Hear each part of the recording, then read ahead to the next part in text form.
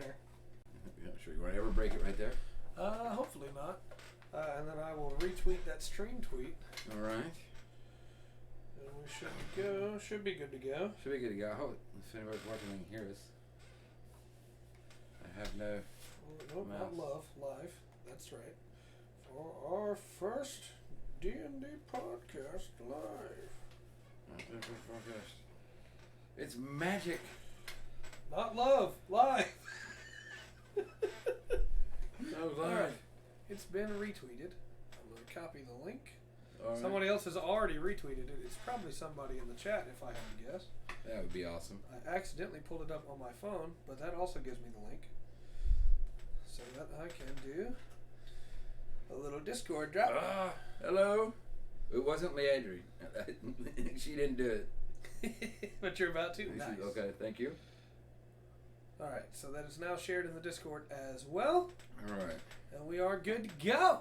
So we have Andrew here, Waverly's here. Yeah, so this is the pre-show. We don't have a discussing tab and everything to be able to show yet. We're getting there. This is our very first live episode of the D&D podcast. So it'll grow. It will, and it's really appreciate you being here. It's kind of an experiment. Yeah. As to get this set up, and I'm guessing y'all are hearing it's okay. We're about 4 hours later than we normally will be. Yes. Because I had work. Absolutely. That's why I'm all dressed up. This is just what Rundgren normally wears anyway. Yeah, absolutely. And my day job. Oh yeah, he's a wizard. Hey, I'm a rogue. I just took magic initiative. That's right. That's right. Familiar. That's right. Man, Find Familiar is like the go-to, isn't it? It is. I mean, it's not like it's cool having a pet. It is in some form or fashion. I feel like. Do you ever think as DMs we're too lenient on Find Familiar? Like we don't attack the familiars enough because we don't want to hurt the player's feelings by killing their pet. Because when you send that owl to be on the other side to give flanking so you can sneak attack as the rogue, the arcane trickster rogue, like. Well, it depends. My monster should probably swing at that owl at some point. It kind of depends because some people will be like, okay, I have the familiar now, so I want to use it as a tackle. And then some people are like, will only use it if they absolutely have to. Yeah. Because they treat it like a pet. That's true. Which I would. Yeah, that's whenever I get a familiar, that's my reaction. It's like, no, I don't want it to fight. What are you talking about? I'm going to use it to go into places covertly, but I'm not going to use it to fight. Actually, it's funny. For the campaigns I've been running for 5th edition, with everything that can be done with familiar, most of the time they've been used for beneficial touch spells. Yeah, that makes sense. And buffs and healing. Can I give a quick background information thing, like behind the veil? So in the regular podcast, I have the OBS window up in front of me. Yeah. And then I have the stream paused. But we can't do that because we need to make sure it works, right? Right. So like, regular, got it paused, no problem, because I know it works. Yeah. So now I'm seeing myself on the OBS window. Yeah. I'm seeing myself on the camera. Yes. And I'm seeing myself delayed by like 20 seconds. Yes. Well, not even 20 on the laptop. Yeah. And it's a fun experience, It is a little bit different. Putting all the pieces together. I don't know where to look. There's so many me's. That's what to talk to. Okay. Now, what book had let's look at some D&D stuff. You picked 5 Familiar. What book had the Flock of Familiars? Is that the spell I'm thinking of? That is the spell I'm thinking of. You get 3. I don't remember what book that was, but it's pretty early on in 5e, wasn't it? Yeah, I think so. It might have been. I don't think it was Storm Coast, but it was pretty early in early days. It might have been Xanathars. Because I remember that being a problem that I had to tell multiple players. I'm like, hey, look. Yeah.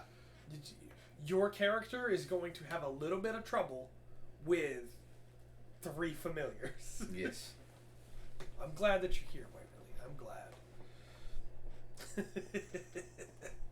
glad. 3 of me. Technically, there's 4 because there's also me. And yeah, if it doesn't work technically. It was real. If I took my glasses off, there's another reflection. Oh, there's not. Never mind. That was a Well, dumb you lost joke, that. Yeah. That was a dumb joke. Don't worry about it. That means it was a Trey joke. We're I'm a little bit lost. We got started so late. Yeah. No. Not only did we get started late, I've already worked a shift. Yeah. And then normally we have time to decide, fully what we're talking about for the night. Yeah. But we spent that time setting everything up. Yeah. Wait, it looks beautiful, by the way. Yeah. And I That's so realize beautiful. now that we've been talking about subclasses. And we don't have them pulled up on the computer, which we can't anyway because we need it right now to make sure the stream works. Yes, and that will also, be fixed. I would have to have a book in front of me covering me. Yes. So, if everything goes well with this test stream, then by next week we know that it works and we can have the stuff up. So I wouldn't want to call anybody out, but I was wondering if you wanted to maybe use this time to maybe have a den story or two. Sure. So the inside jokes maybe just spread to one or two more people. Yeah, I don't have a problem talking about how great my character is at all. Well, or character was. I guess we completed that. You're campaign. here. I don't have to talk about any other characters, but Are we? You're here. Is this an interview show now? Are you interviewing me about Den? You know what? I will. Okay. On that. All right, let me adopt my I'm being interviewed pose. All right. So, just fill us in on the early life of Den. So, it all began on a stormy... No. Den is the character that I have most recently completed a campaign in. Den Bonson, a human fighter that was a bargeman. He grew up running a barge. His family were bargemen. But early on in his life, his parents both died or vanished. It's not. Yeah. It never really came up. It was just, hey, he was mostly alone, except for his grandpa. His grandpa raised him, and eventually his grandpa died, and so then Den had to take over running the barge, and it was a very solitary life in a lot of ways. He would interact with other people on the river, but it was mostly just, hey, get up in the morning, eat food alone. Go to the barge, go for as many days as he needs to get the delivery done, just him and whatever runners are on the bank that he's interacting with, and then go back home and repeat it, It was a very solitary life, which makes what happens with him very funny to me. Because one of the big things I wanted with Den was to have a character that had no people skills whatsoever. Right. Not that he was a complete idiot, because Den wasn't. He was stupid, but he wasn't stupid, Yeah. I wanted a character that was focused around the idea of, I have been alone so long, I don't know how to treat people. Right. And so Den was a little, abrasive is... abrasive, not PC is maybe the other way I'd put it. He didn't understand the difference between the races. So dwarves were just short people. Yeah. Halflings were just very short people. Gnomes were incredibly short people, and elves were weird. That was his outlook. It was, these are just weird people. Yeah. Instead of trying to be a little bit more reasonable about it, and so it led to, as Waverly has pointed out, he was never alone again after that. It led to some really interesting moments of now he has to be around these people. And not only does he have to be around them, he has to be around these people that are not human. Yes. And so he is forced to learn how these other races work and how they think. And he never really came to terms with that. He kind of just went, well, I guess everybody's weird. Yeah. Man, okay, so I'm trying to remember back. Because it's kind of funny when you play D&D, especially when you finish out a campaign. Yeah. People remember things just a little bit differently. Right. And it's not that anybody's a liar or anything else, because a lot of times it's like, no, they were seeing it through their character's eyes, how it was set in their head. Right.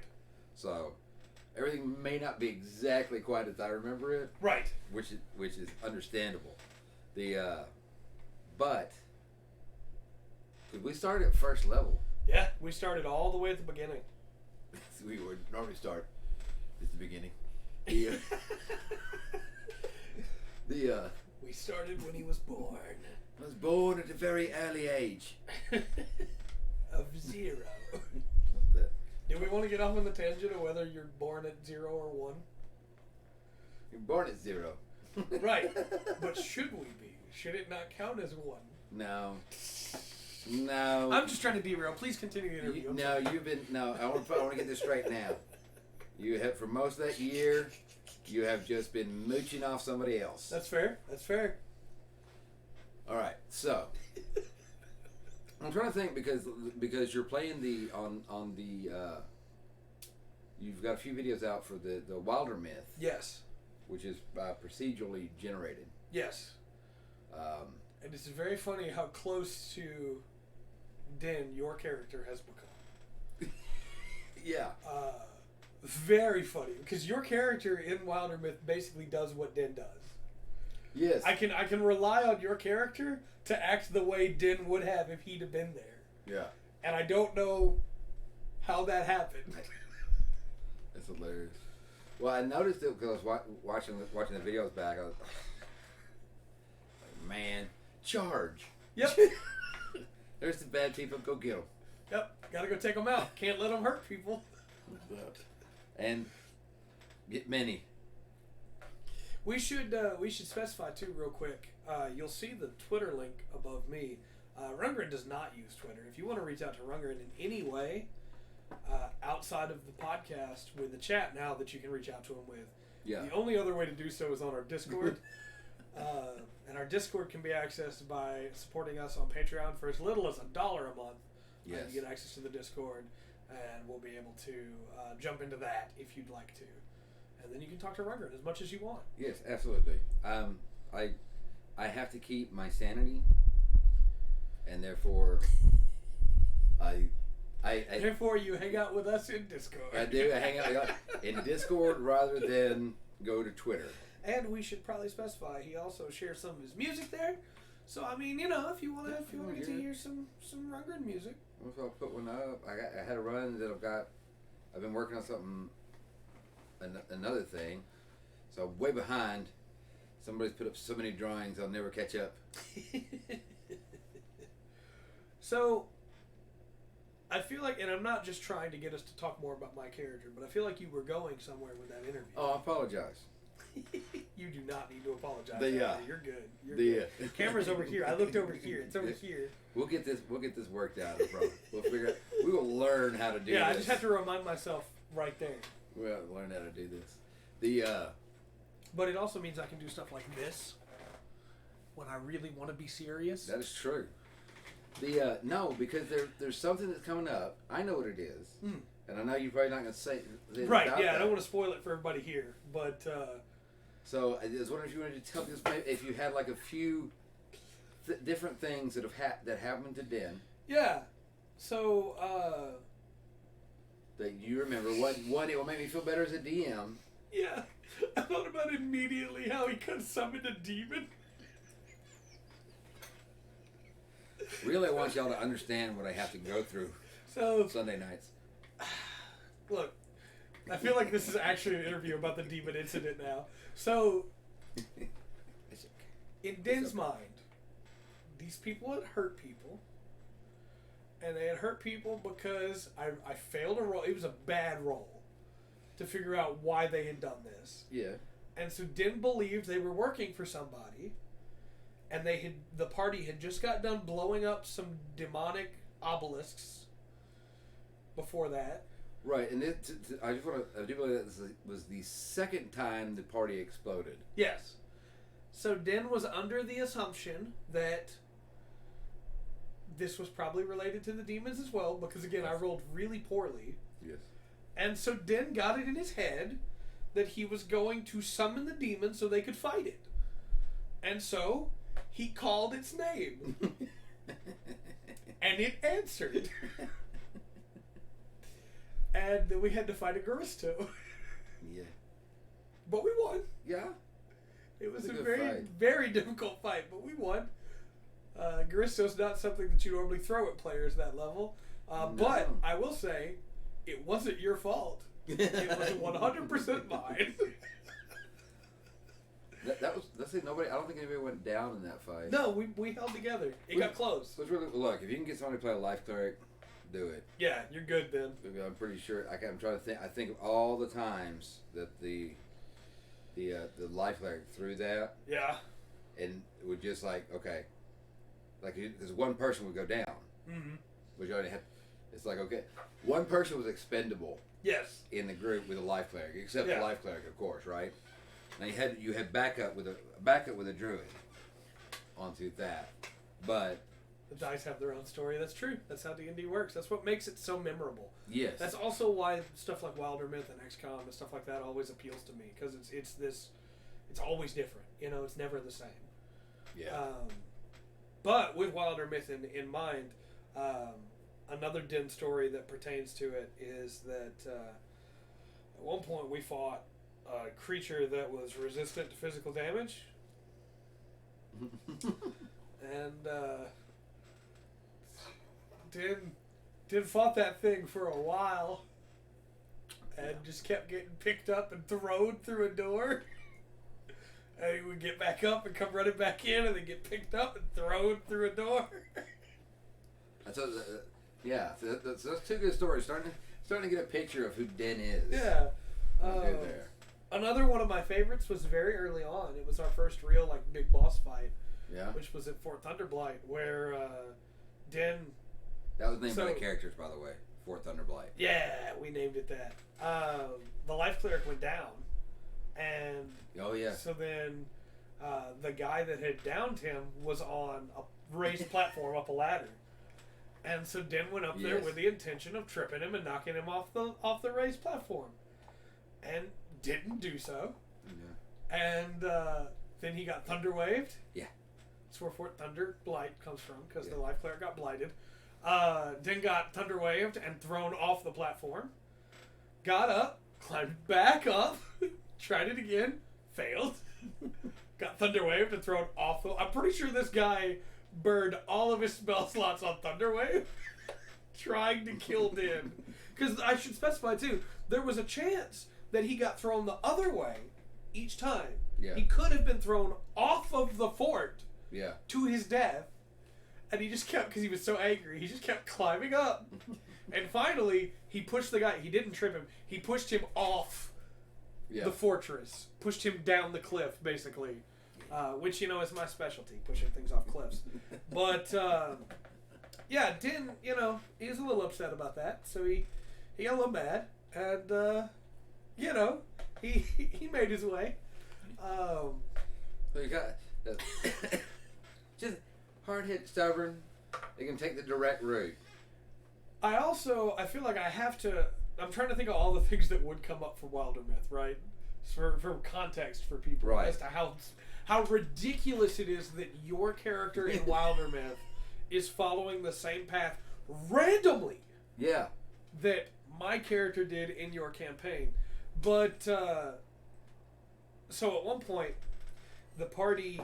And I'm telling a bunch of different stories so that I don't give away the twists that are coming, right? Yes, absolutely. But at one point, the party... Time with this. The party was in an airship. And look, this one wasn't my fault. I want to make that real clear. This one wasn't my fault. We had 3 cannons to try and shoot down a dragon. And I was like, well, my character is kind of an up-close fighter anyway. I'll let my fellow party members take the cannons, and I'll just be ready to fight this dragon. Because in my head, I'm like, hey, it's Dragoon time. I've got the halberd. It's Dragoon time. Yes.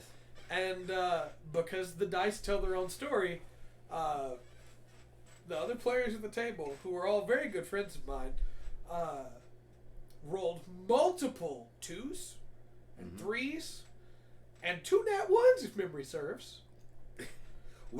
That's kind of a funny thing, and I don't know if anybody else has this. I would like to know, if it goes on YouTube, somebody watches this 3 years down the road, do you get 1s in bunches? Yeah, it was really weird. This table, anybody that gets 1s and 20s in bunches. Yeah.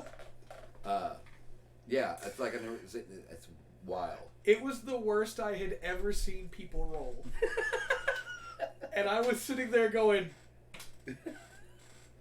Because in my head, there was a part of me that was like, I probably should have taken one of those cannons. But then, I wouldn't have been able to do what I did, so it worked out. Yeah. But the dragon destroyed the airship. Just ruined it.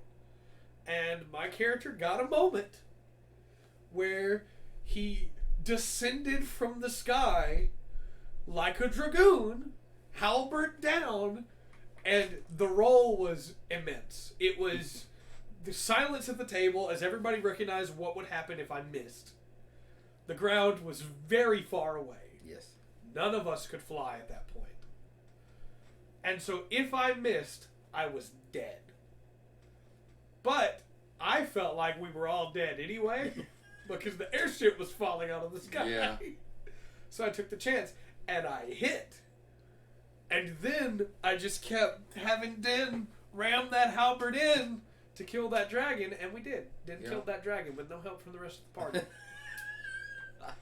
Hold on, let me look at chat. No, he absolutely got help. And in fact, he technically did not get the killing blow, but he thought he did, so that's all that matters, you know. Yeah. Because his halberd was in the thing's heart, so. Yeah. Side note on that, I'm like, hey, this group's got cannons. You have a good shot. Yeah. This is why dragging down. Now they have the airship. If you play the Final Fantasy, this is kind of the airship part, right? Yeah. They destroyed the airship. And then we didn't get one for the rest of the campaign. No, I couldn't. I tried to be feasible as possible as a DM, and that whole section there was like, things changed. There were so many failures, man. But what's funny is, okay, so there's so many failures with that. The table really makes good rolls on saving the crash. Yes, absolutely. On that. Incredibly good roll. Saved everybody in the ship. Except the one that didn't have a good roll was the one that was fully armored. Yeah. And could take... That's right. The Life Cleric did have a pretty good fall. A pretty good fall. And then it was the next session. Because, like, I was honestly thought here in a couple of sessions they'd be rolling new characters. Yeah, I thought so too. Next session, y'all roll to get out of the way of an army. Yeah. Man, that was a situation. I did not think we were getting out of that. There was actually a moment in that where Den tries to shove one of the smaller characters. It's one of the few moments where he actually was heroic before, like not selfishly heroic, before he winds up becoming a paladin, which is a whole other story to tell. But he recognizes they're not getting out of this. This army has caught them. This army is going to kill them. And so he takes the smallest, the halfling, and tries to get her away.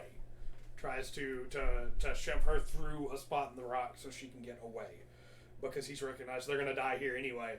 So he's going to take as many of them as he can with him. And I really do. I think that's the turning point for him in my mind. When I think back on the whole journey, that's the moment where he became less selfish. Because up until that point, it was, I killed it. It was me. I did this thing. I'm the one who did this. None of the rest of you matter because you're not human anyway. I did this. And that's the moment in my mind where he was like, no, these people are important to me. I want them to live. That was also, that was kind of funny because in my mind, that was like the group understood their magic. Yeah. Or their roles, at least. Yes. I was really useless in that situation. Because it wasn't really a situation where somebody without magic could work. Because we were in a cave, and the only answer was, hey, you got to shut the door on that cave, or they're going to come through. Yeah. So the Life Cleric stone-shaped to fill the door, the mouth of the cave, and then it's like, all right, well, I'm a human. I'm bigger than everybody else, so I can't get out that opening. I don't have magic to try and save this, so I guess I'll just prepare an action for if anything comes through. And it really was the rogue and the druid that carried that. Yeah, do that. It's really 5e is really players are so OP. Yeah. In 5e, but it's in a really good way. As much as goodness for Firewall. Yeah. That was especially in ice, right? Yeah. But it's very effective. But I don't know, man. It took me a while. It took me a while to figure out the balance in 5e. Yeah. And because the players are OP. Yes. But if you if you balance that out and you know that, because the first campaigns I was running, my monsters were getting shredded. Yeah, I'm sure. On that, based on the rules as written. Yeah. Do that. Townsfolk canon, man. Huh? What do you call Townsfolk canon? Yes. Yeah. But it says rules as written means it works. Oh. Good arrow rolls are always nice. Maybe that was why there's I don't know. There's a kind of there's a vagueness. Yeah. To 5e for me. The I don't know. It's not as detailed as some of the earlier editions. Yeah, and I think it's that way on purpose. Yeah. It's entailed to be your DM bends things to make it work, right? I mean, it even says it in the 5e DMG of rule of cool. Right. And the goal is to have fun. Yeah. Whereas, you look at 4th edition DMG and it's going, hey, here's your rule book. Yeah. So it's a very different experience in a lot of ways. And I think that is both a strength and a weakness for 5e. Mm.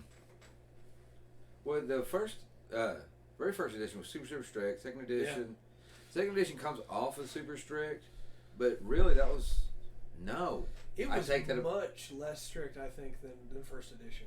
It was because it would be D&D the advanced. The first one was where Gary got AD&D. Because in the first one you rolled 6 straight down. Yeah.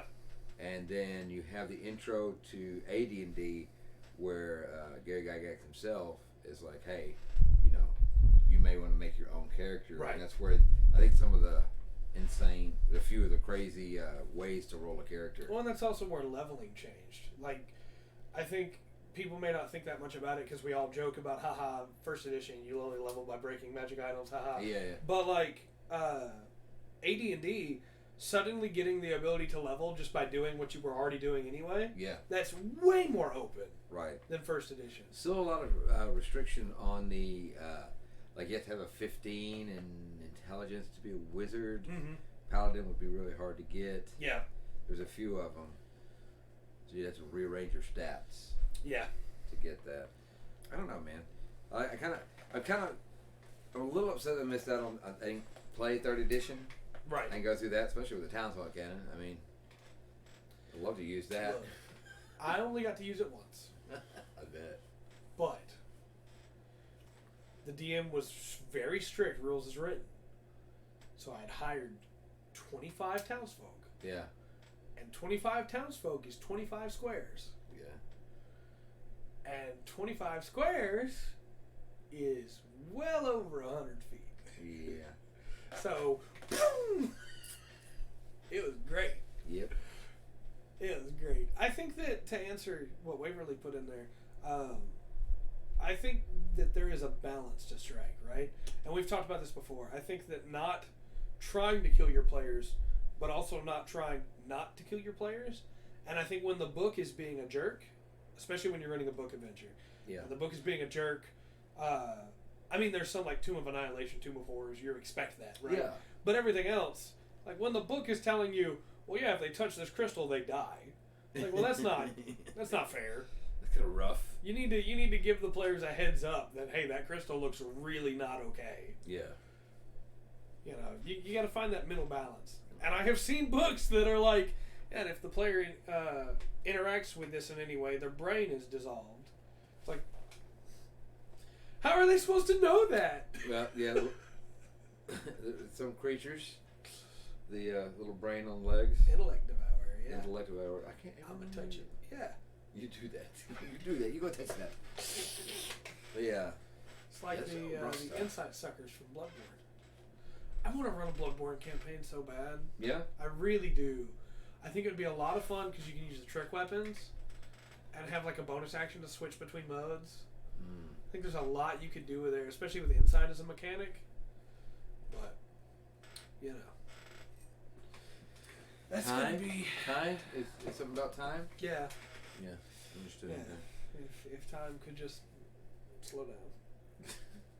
Yeah, so to tie that back in, as Chad has just pointed out, touching random things.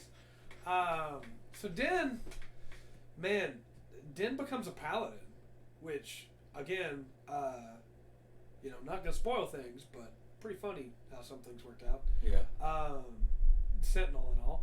But Den becomes a paladin because Den starts, after everything that happens with the Ice Elves and everything, Den starts getting really serious in a lot of ways. Of like, hey, this is actually a problem. I've got my kingdom that I kind of care about, and specifically the prince of the kingdom that I'm good friends with. And so he's already on edge, and then he finds out that there's this guy named Velkin that has, like, tortured these people, and it's a bridge too far for him, to borrow the phrase. Like, Den is a bargeman. He cares about freedom. He's always been free his whole life. Free to make his own choices. He could have left the barge behind. Chose not to, right? And so this instant where, I'm sure you can hear that. I'm sorry. That's the road. Man, that is loud. This instant where he realizes that these Kinku's freedom has been taken from them, not just by the torture, but because they literally, their wings have been clipped, their young have been killed, and it's just too much for him. And so he swears vengeance on Velkin, like, hey, I'm going to get revenge for these creatures. This is not right. And that was not his turning into a paladin, by the way. Right, that was not the moment it happened, but that was the start. Yes. That was when he, from then on, would start swearing these vows. And we eventually we get to this crossroads.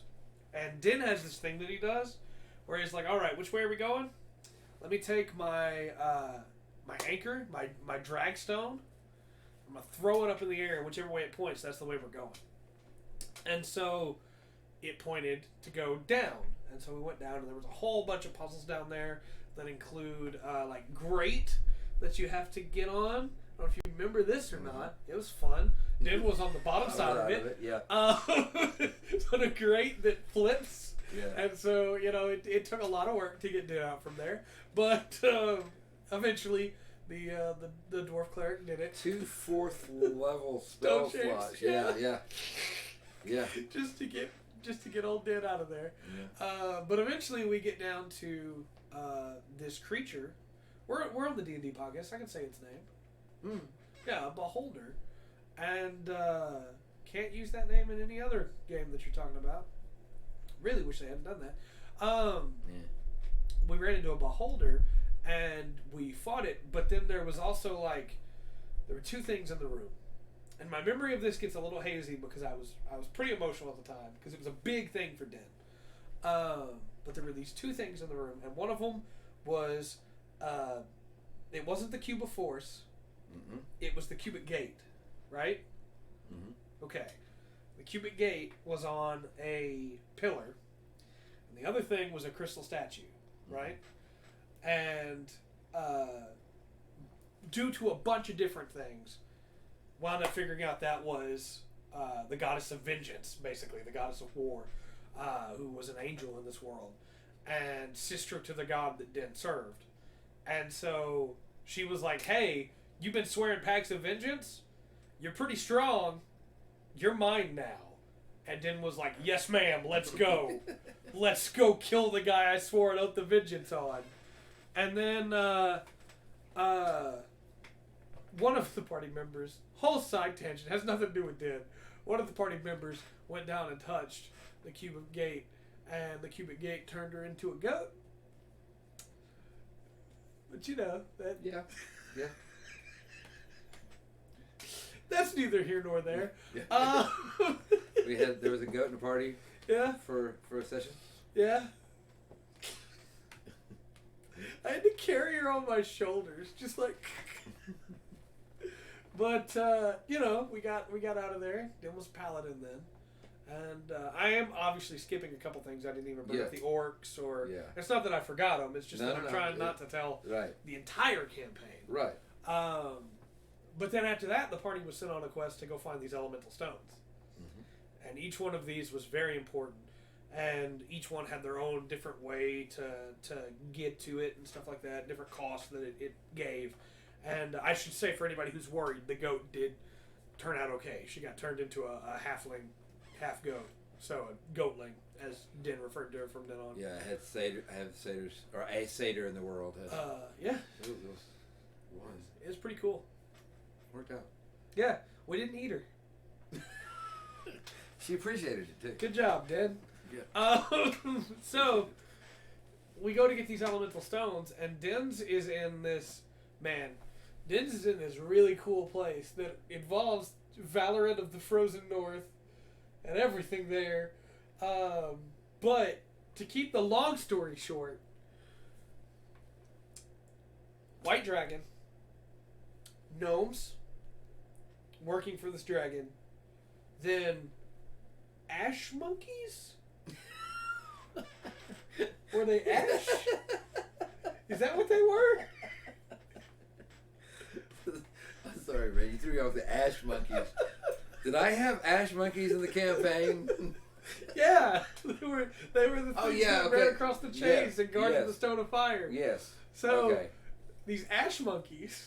Or like gorillas, they were massive. Yeah. And they went through the. No, they weren't. They were through the chains on the chains. Yeah. Yes. Yes. Yeah, they were made out of ash, right? Yeah, ash and fire. Yes. Yeah. So ash monkeys. Okay. So we fought off these ash monkeys, and it led to Din grabbing the stone, and the stone embedded itself in his left hand, and then his left hand became fire and like burning and really sick looking. And from then on, he was able to summon a fire elemental that he named Burn. Yes. Right.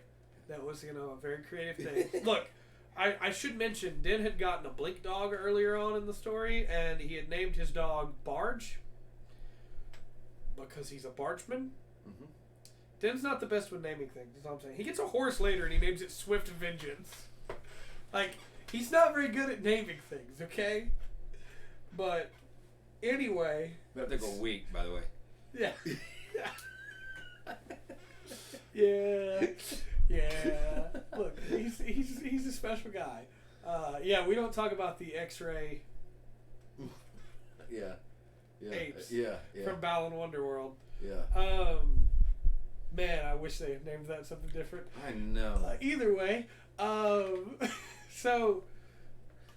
Well, there's a reason they call people who perform rappers, not rap. Yeah. So, yeah, it's man. You gotta think about the name. Names. Think ahead. So, then, man, Din almost got married. Almost got married to a dragon because he wasn't being careful in the way he was wording his oaths. Also, I should specify, she hated his guts, so it wouldn't have been a happy marriage. No, I don't think so.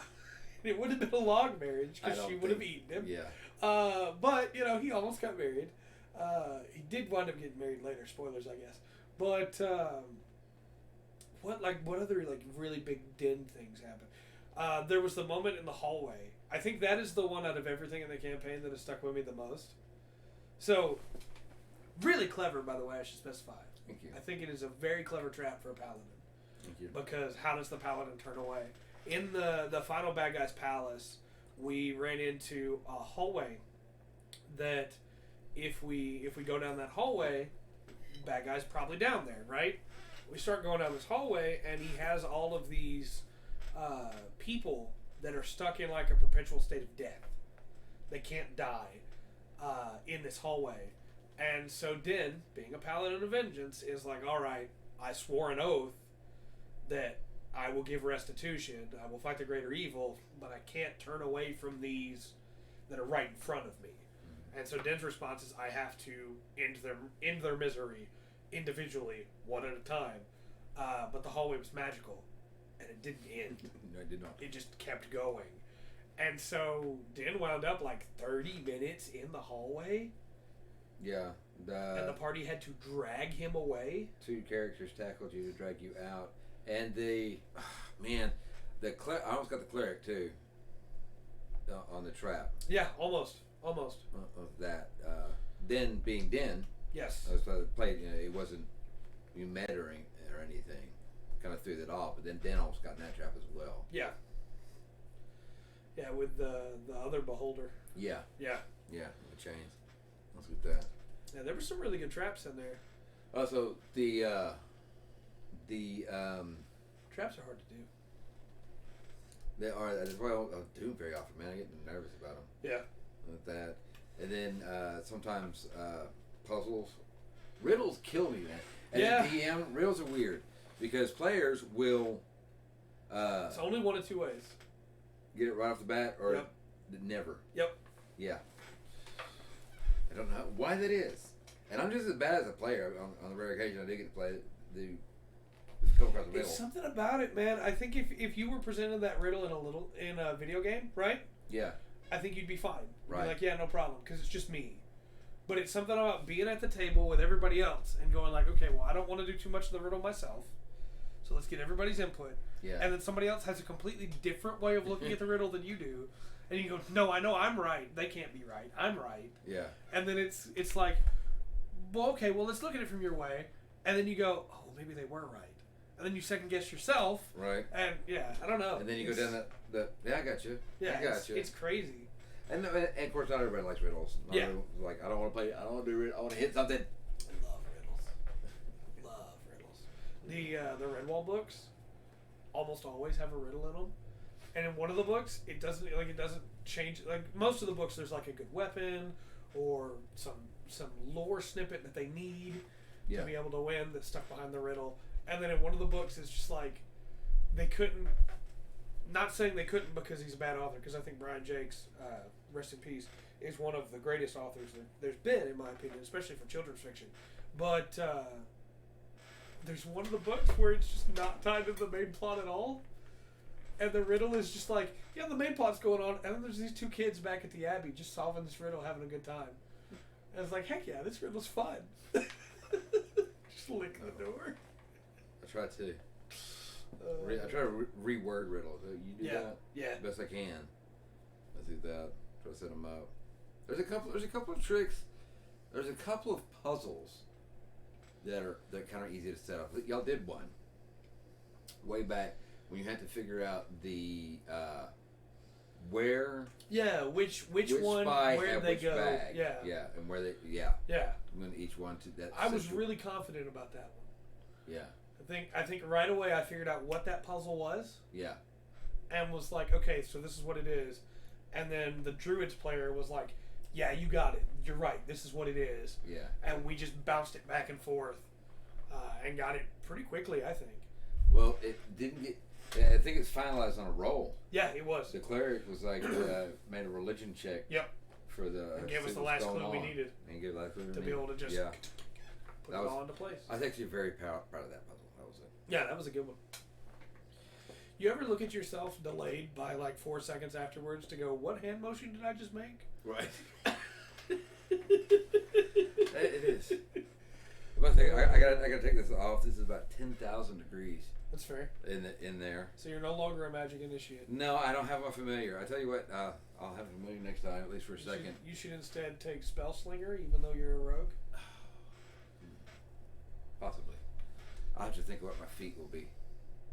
I say I have a 7-toed cat. So are you an assassin, or are you an arcane trickster? I gotta get some levels. Because if you're going to be an assassin, you should take alert. Yeah. That's a given in my mind. I don't know. It's swashbuckler. Swashbuckler is fun. Yeah. See, we did wind up talking about subclasses. Yeah, I was just trying. Yeah.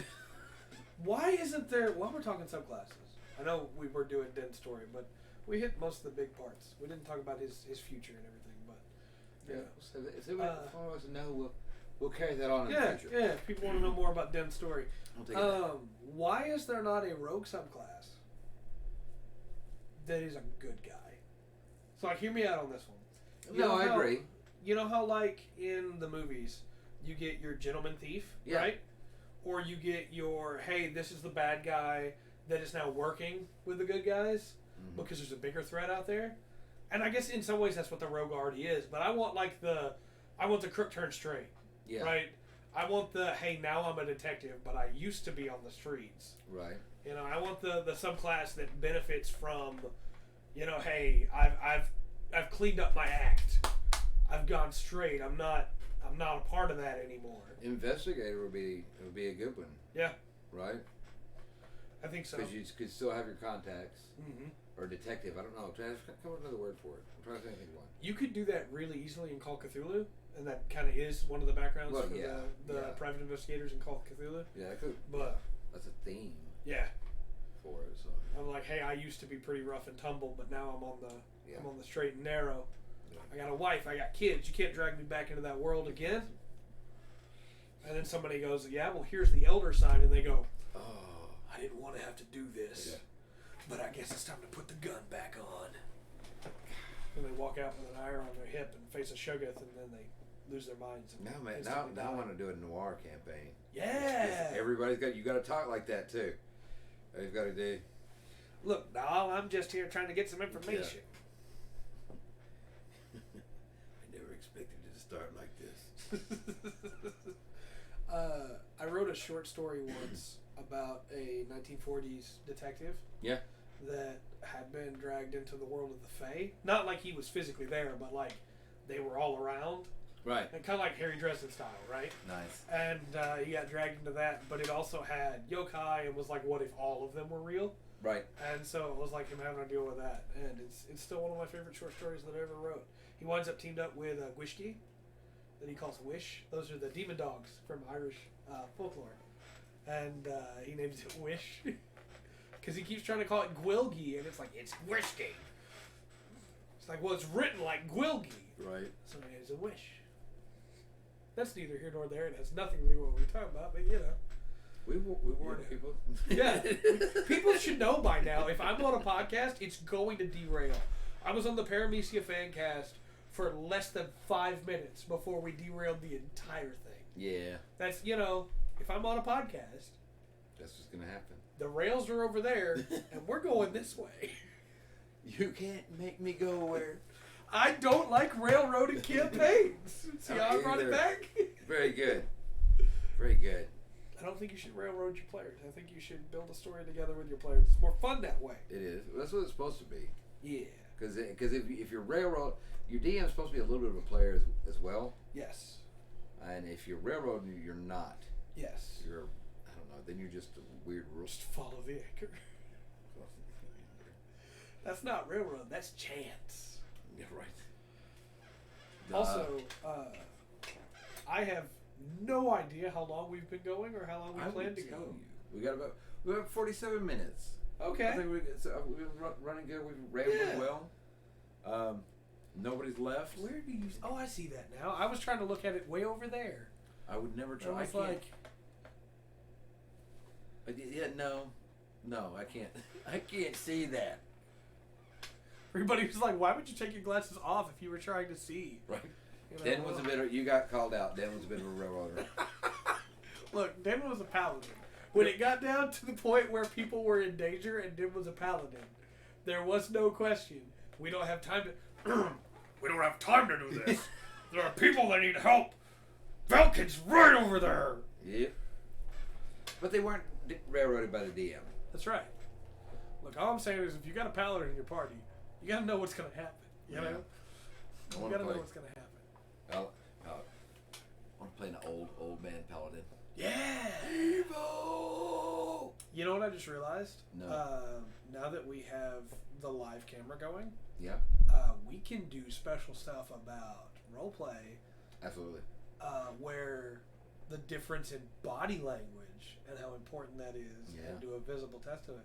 Like even if we just take, I don't mean to just immediately make us do it now. Obviously, I want to save that for a full discussion. Now, do it. But like, if I was to do just the two characters that I played and am currently playing, you obviously have Den, who's sucks it in to get the deep voice, and then goes, "We have to go help those people. Those people are in danger." Or, "Why are you so short?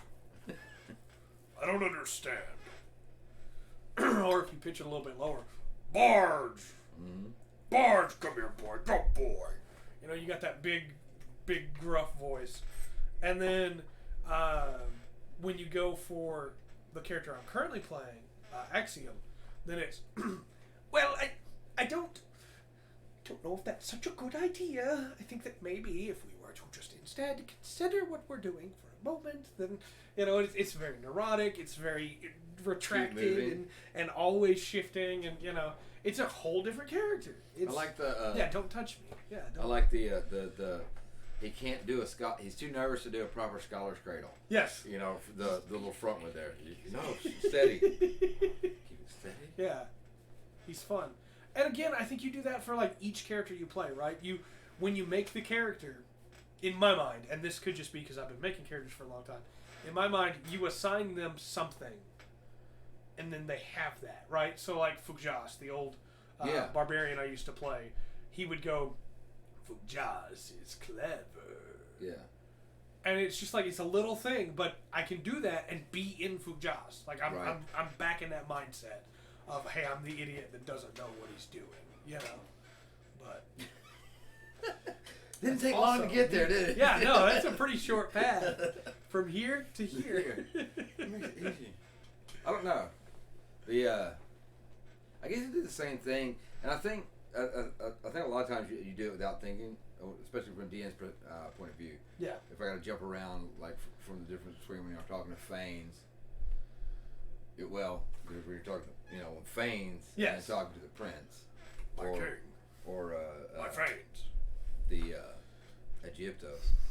But man, some of the voices I start, I don't keep going. There's only a few voices I can keep going. Yeah, I get that. I'm trying to think of anyone that y'all had a long... Landy was a kind of a long... Landy was cool, yeah. Long. I'm trying to think of anything that was a really off voice, though, that y'all talked to for a long time. I don't think there really was one. Well, and like in the campaign that I'm currently trying to put together, there's one of the pinnacles, the 7 pinnacles, the gods of this world. Oh, except for Syl. Yeah. Syl has a... Yeah, Syl. You should do Syl, and then I'll get back to my story. Please do. Well, first, yeah. He's got the one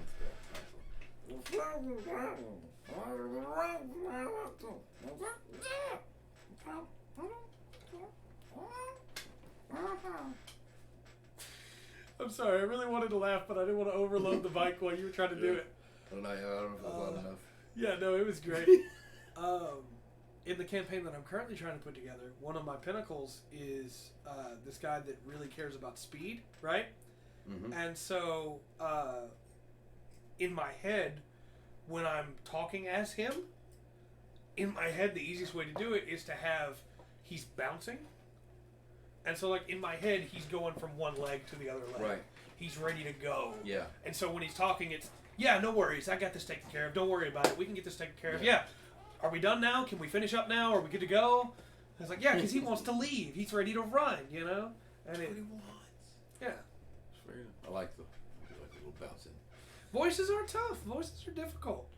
I think one of the best things I can recommend is don't force it. Yeah. Just even when we talked about this in the RP episode that we did before we had video, but even just a slight change of your own demeanor can give a new character a very different feeling, even if it's just your same voice. I will point out that the reason why Stephen Fry on Futurama is so hard to imitate is because the voice actor used his own voice. Yeah. He didn't change it much at all. Absolutely. It's like he's saying, the mannerisms will help. Mm-hmm. So if you can't go way off or make your voice do silly things, don't try. Yeah.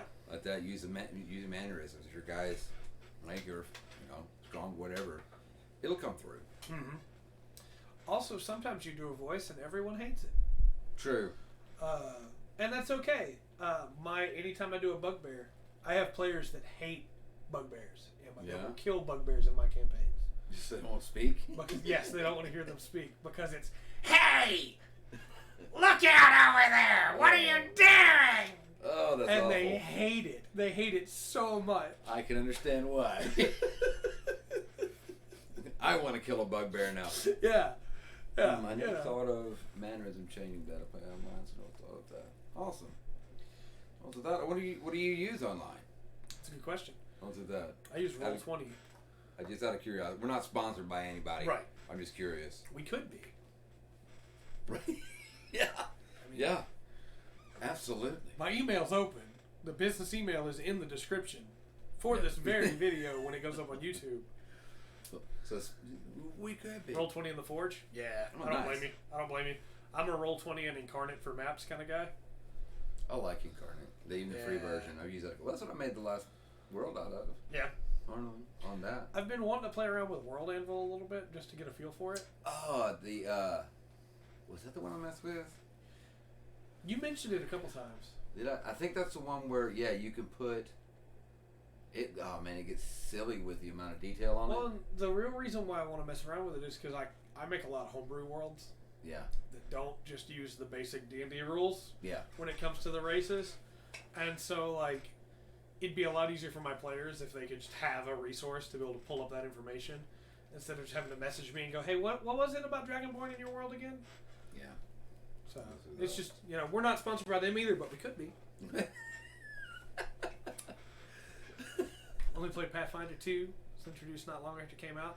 So Roll20 found the Forge was easy to use. I don't blame you. I've been meaning to play around with Pathfinder 2. I liked Pathfinder 1 pretty well.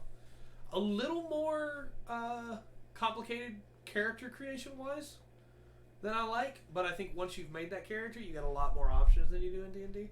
So that really it balances out. Well, there's a couple of we had a early podcast kind of just talking about different systems. Yeah, we talked about Mouse Guard, Palladium. Yes, and Palladium, we were talking about that. It's a lot more in depth when it comes to making your character. Mm-hmm. You're going to spend hours, making your character. But once you're on the other side of that, you're set. Yeah, you're good to go. You're going to get and it rolls. It just takes a little bit. It's just different ways of doing things. Yeah, Fantasy Grounds is pretty good too.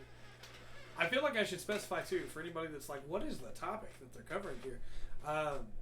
We kind of don't have one for tonight because this was our first online session. Mm-hmm. Everything before this has been pre-recorded. Next week we're going to come back with subclasses again. Yes.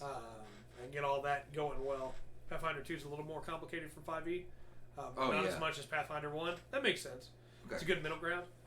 I'm excited to play around with it at some point. I'm going to get my hands on a book. Yep. So throw in there after we get through subclasses or something like that. Yeah.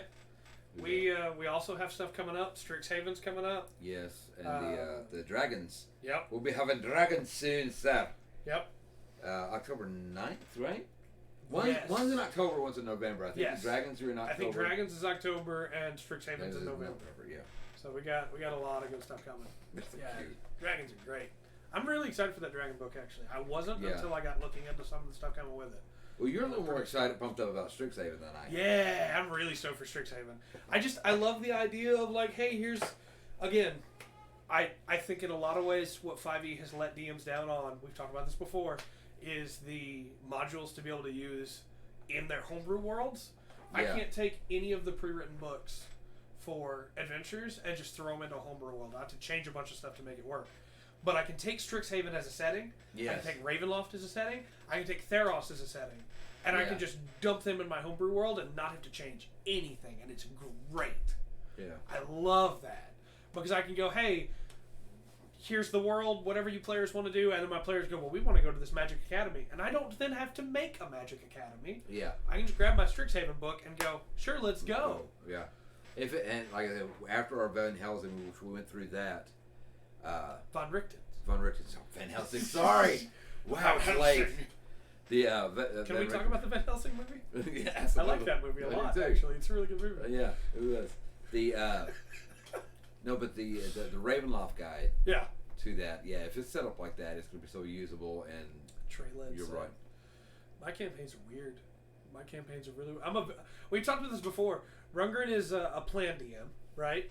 Yeah. And I'm an improv DM. And that's a very different experience. Well, hold on. Have you seen my? I want to show you. I'll show you my notebook one day. You haven't seen my notebook where I keep my notes. So we'll get through this, and I'll hand it to y'all. A magic school basically is Hogwarts and Pathfinder. Okay. What now? For Pathfinder 2e, Strixhaven's basically going to be that for 5e as well. Yeah. So, which is really interesting. But man, I don't know. So we had news not long ago, it was a few months ago, about a couple of campaign settings. Yeah.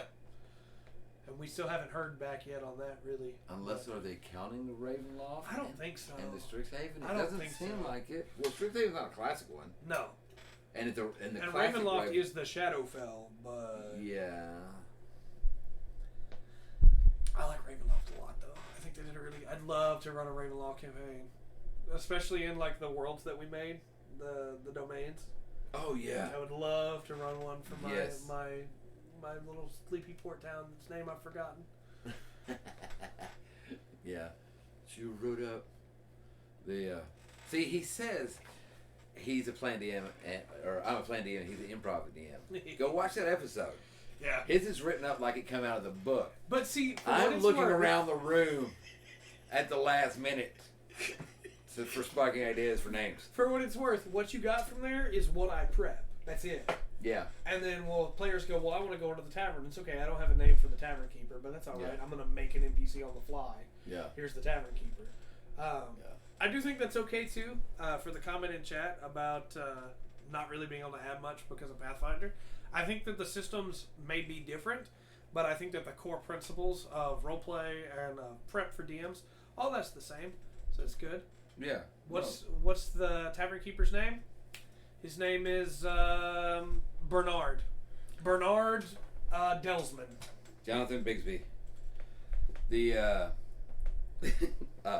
Please. That's awesome that you play Pathfinder. No, man, that's. Please comment and let us know. The hummingbird's name? It's Dern. Oh, yes, it is. Look, I come up with names on the fly. Sometimes they're names that make sense, sometimes they're not. Yeah. Unfortunately, sometimes it leads to really big problems. Like Generog Kashnaresh Yakul, the players called him Generator. Yeah. Most of that. I think anybody that is scared to DM, that's fair, first off. I definitely want to make sure that is fair. Because I get that. Because I was scared to DM for a long time. But yeah. I think that if you have a good group of friends that you play with a lot, and they know going into it that you're just trying to get your feet wet with DMing, I think they'll be a lot more reasonable than you think. As long as they understand that. If they don't understand that, then hey. I also wouldn't DM a full campaign for my first DMing. No, you do a one shot. You do a one shot for your first session. 100%. Also, look, man, I run a session on Sunday nights. That's my most session. I have spent Sundays during the day pacing this room. Yeah. And I mean, it just, I do. And sometimes I have stuff, kind of lined out. Sometimes I don't. And sometimes the session goes good. Sometimes I feel like I didn't do a good job. Yeah. On that. So that's pretty much a normal feeling. And you have to decide on the other side of it if you can do it or not. Yeah. I think about the campaign constantly. If I'm DMing something, constantly I'm thinking about it. Well, it comes up in through the back week. of my head. It's here. It comes up through the week, but when Sunday comes and it's time to do it. No, that is the common misconception that your DM that is a constant DM has it all together. Sorry, I did not mean to laugh that hard at that. I have nothing. No, together. Most of the time I'm sitting there. I've got the encounter planned out. The enemy's here. Yeah. Good example, right? I'll give you an example of something that worked out perfectly, but was all on the fly because I had nothing ready for this eventuality. I had made a wizard's tower. It had been taken over by cultists. The cult leader at the top of the tower was trying to summon a solar spider, which was a homebrew monster that I made. That is a spider a huge spider born out of an egg the size of a star, right? Mm-hmm. He's trying to summon it to Earth or the world, right? I don't remember what I named that world, but trying to summon it there so that he can take over the world, right? Very base deal. So they kill the guy, almost, and he flees through the portal that leads to where the egg is. He can't breathe in space. He's going to die, right? Yeah. He's just fleeing there, hoping, because he's a crazed cult leader, hoping that his god will save him, right? Problem solved. It's done. Cult leader's done. Ritual's done. Everything's good to go. One of the players goes, I'm going through the portal. What? You what? Yeah. Okay. So the rest of the party goes, well, yeah, we're going to follow. It's like, all right. Give me a second.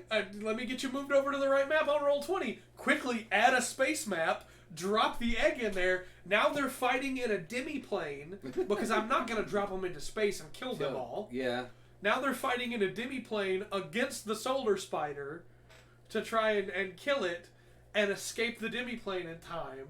Yeah. And it's everything that just happened completely with no plan because one of the players goes, yeah, I'm going through.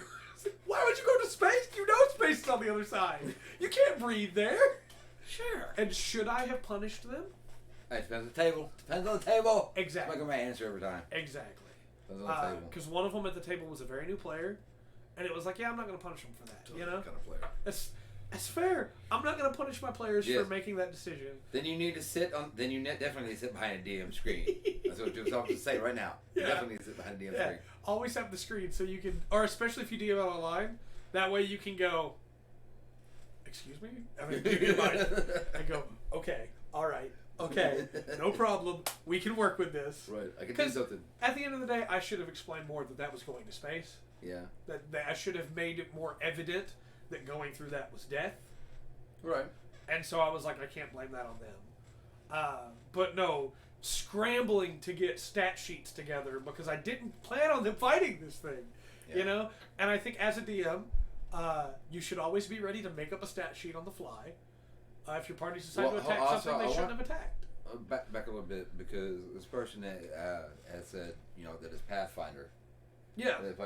I don't have any experience with what they're with right. that. So looking at those rules, may not be as easy. 5e That's true. is one of the easiest systems I've ever found for being able to do that. Yes. Now I can do it in a few different systems. I have done it in a few different systems. Right. But in all honesty, all cards on the table, 5e makes that ridiculously easy to do. Yeah.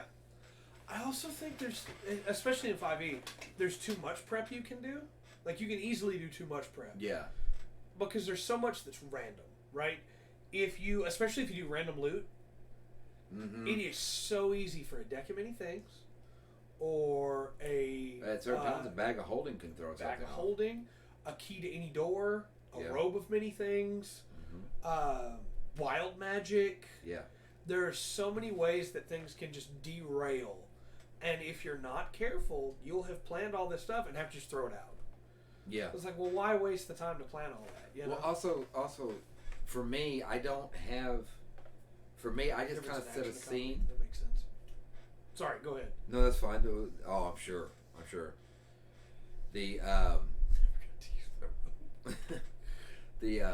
I'm more worried about setting the scene rather than what's supposed to happen in the scene. Yes, I agree. So to speak. I agree.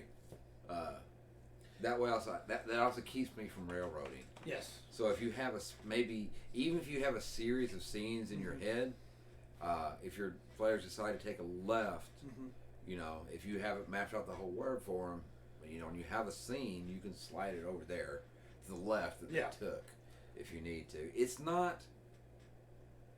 A DM is very nerve-wracking sometimes, but it's also a lot of fun, and it's cool when the players get excited, or when you describe something squeamish and all, I'm going to go, Yep. You're doing a kind of a good job, or you explain a hit or something, and they're like, yeah, and they get excited. It's cool. I think don't be afraid to change your plans either.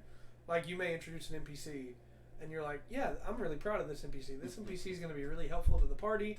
This NPC is a really good guy. I'm really excited to get to run this NPC in this encounter that they're having, where they're discussing things, and then somebody in the party goes, I don't know about this guy. I don't trust him. Yeah. And then everybody jumps on board with that, and all of a sudden they're doing insight checks, and you had a different NPC planned to be the bad guy. Yeah. You had a different guy that was going to be the traitor in this village, and you go, well, no, they're suspicious of this guy. It would make way more sense for it to be this guy, because they're already suspicious of this guy. You do it either way, right? You can take them out and go, yeah, this guy's nothing. Yeah. And then they go, oh, well, everybody in the city's fine. Or you go, no, it's fine if this guy is the one that gives them the clue. It doesn't do anything. Yes. So. Yeah, you can move things around. The movement, action, something else, I think, but just 3 actions. You can move all, attack all, just whatever, unless an action takes multiple actions. Spells take 2. Okay. Did the spider get to eat any heads? No. No, they killed the sun spider, and they just barely escaped, thankfully. And that encounter was wild, too. It went on for like 65, 66 minutes, like just over an hour, that encounter. It was wild. Wait. Oh, man. I'm trying to think of it. I'm trying to think of anything that's Pathfinder's reminding me of. Attack 3 just unless an action takes multiple actions. Okay. It reminds me of... I got it. I understand now. XCOM. Yeah. Where depending on what type of action you're using, it takes a different amount of your action points. So it's kind of like you spend your actions you spend actions like points. Yeah. On things. That's that. It's pretty fun. I like that. Yeah. I do. Well, I always like I'm out of coffee. Well, you know what that means. Is that how we're going to determine episode length? How long coffee lasts? I don't know. Sometimes I can drink it down pretty quickly. But we have been going over an hour for our initial live episode. We've had a great community along with us. Yeah, it's been fun. Going through that. We'll be back on topic next Thursday. Yes. We are shooting for a pre-show at 7. Yep, just like the regular podcast. So there'll be on Tuesdays and Thursdays on Twitch. 7 o'clock on Tuesdays will be the video games, as it mostly revolves around that. Full Spectrum Podcast. And then we didn't do the intro for this one either. This whole thing's a pre-show. Yeah. Sure. Now it's time for the real discussion to start. Let's talk Minotaurs. I like Minotaurs. I like Minotaurs. Minotaurs That gave me the Minotaur that gave me my hat over there. Yeah. Yes. Minotaur's pretty great. Yeah. So I can get my familiar. Minotaur Wizard. That's gonna be my next character.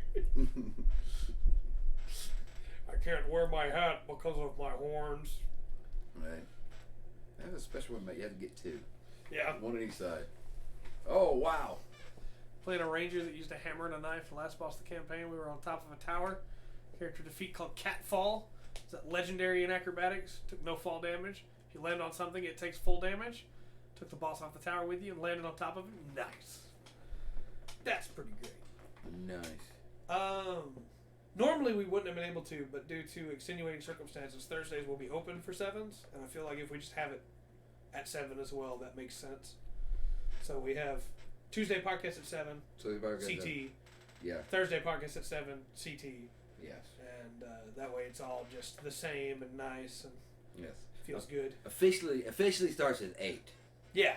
Officially starts at 8. Just the pre-show starts at 7. Yes, officially starts at 8. That'll be it. I got nothing else. I think we can be safe. I really appreciate y'all coming along for this inaugural live Twitch D&D podcast episode. To answer your question, Dark, our podcast, the Tuesday podcast has been live for a couple years now. The Thursday podcast had been pre-recorded and going up, but will now be live moving forward for the rest of the life of the podcast, I suppose. Now that we have everything set up where we can do it, so yeah, tonight was our first one, and making sure everybody could hear us well, and kind of an experiment. Yeah, I'm excited. I think that this is the natural evolution of the D&D podcast, and that it will continue to grow and change as we go.